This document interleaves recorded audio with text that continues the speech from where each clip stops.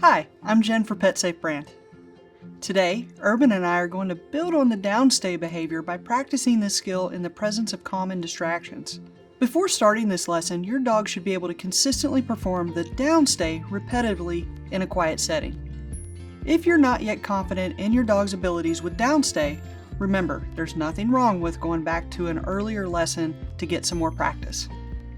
Since this lesson requires that you perform several different distracting activities while observing your dog, it'll be easiest if you use the Teach and Treat's ability to dispense food automatically. You'll set up the Teach and Treat in the same way you did for the downstay lesson, turning the volume up to an audible level, setting the interval switch to fixed, and turning the timing dial to 3 seconds.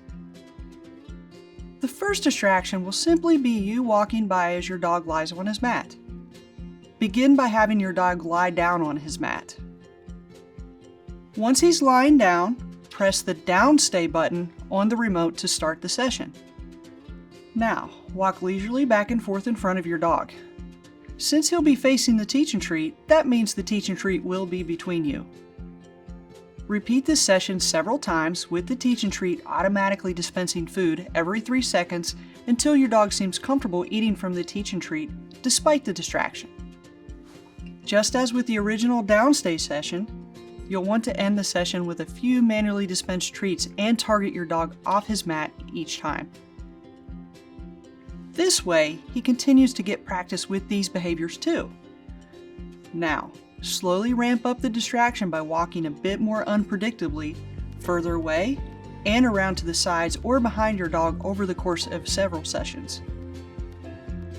As you gradually introduce new movements, watch to see that your dog continues to eat readily despite what you're doing. If he appears distracted or nervous, or if he tries to get up, simply stop the session, bring him back to his mat, and start again, this time ramping up the action more slowly. One good way to ease into new distractions is to time new movements with your dog's eating early on. For instance, if you intend to walk to the left in front of your dog, then turn around and walk right, wait until he's focused on a reward to change direction. Once he's completed 5 sessions in a row with you walking around unpredictably, you're ready for the next step. This step is very similar to the first, but now you'll up the ante by speeding up your movements. Again, have your dog lie on his rug and start the downstay session. This time, try abruptly running a few steps, then stopping and running again. As in the first step, try timing your stops and starts with your dog's eating. These quick stop-start movements should really test your dog's focus, so don't worry if he gets up to follow you at first, and remember to ramp the action up gradually.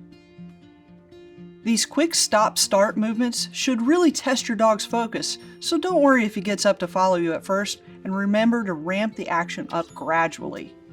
As before, target him off his mat after each session and bring him back to start over if he does get up before his session ends. As your dog gets used to each new move, try introducing others, such as running a few steps directly toward or away from him, crouching low, or jumping up and down. Once your dog has completed 5 sessions in a row with you moving quickly and changing your movements abruptly, he's ready for the next step. Now we'll move on from distracting movements to distracting sounds. The sessions will run just as they did in the previous steps, but instead of moving around, you'll be gradually introducing louder and more disruptive noises. Begin by simply switching back and forth from speaking and silence, as though someone's in the room with you having a conversation. Your goal is to simulate what your dog might experience if your neighbor came over for a chat.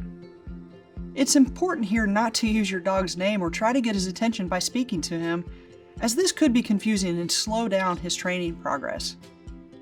As before, gradually ramp up the distractions. With each successive session, slowly increase the volume of your voice and introduce unusual sounds like yelling, laughing, or singing to keep your dog on his toes. Once your dog has completed 5 sessions in a row with you loudly talking or shouting unpredictably, you're ready to move on to the next step, a truly infamous dog distraction. Without training, few dogs can resist getting worked up when they hear a knock at the door.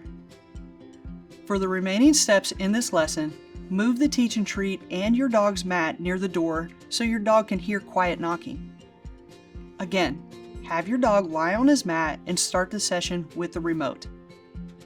For the first few sessions, just tap gently on the door each time your dog eats his reward, right as he gets it. Be careful at first not to knock between the rewards, as we'll gradually work up to that. It's very common for dogs to bark when they hear a knock at the door. If your dog barks, stop the session and start over with quieter knocks. Again, be extra careful to only knock while your dog is eating.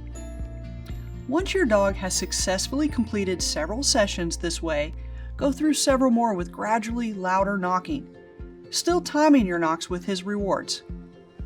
If your dog can stay down on his mat through a whole 1-minute session of loud knocking, you can begin introducing more random knocks, meaning you no longer need to time your knocking with his eating. If he seems to have trouble staying focused with this change, go back to timing your loud knocks with his rewards for a few sessions, then try it again. Once he completes 5 sessions with loud random knocking, you're ready to introduce the last distraction in this lesson, opening the door. In this step, you'll simulate answering the door or going to leave. Begin as in the previous step with your dog in the downstay, on his mat, with the teach and treat in front of the door. Press the downstay button to begin a session and gently touch or jiggle the doorknob each time he gets a reward. If you see that he's getting preoccupied watching the door, wait until he looks back down at the teach and treat before touching the doorknob again. After a few successful sessions with you jiggling the doorknob, switch to actually opening and closing the door. A good approach at this stage is to open the door slightly as your dog eats one reward, then closing it back as he eats the next one, then repeating this pattern through the end of the session. If he's doing well with this approach, increase the distraction over the next few sessions by opening the door a bit wider with each session. Once he's got the hang of this, try a session opening and closing the door randomly and unpredictably. When your dog's completed 5 sessions of random door opening, you're all done with this lesson. See you next time.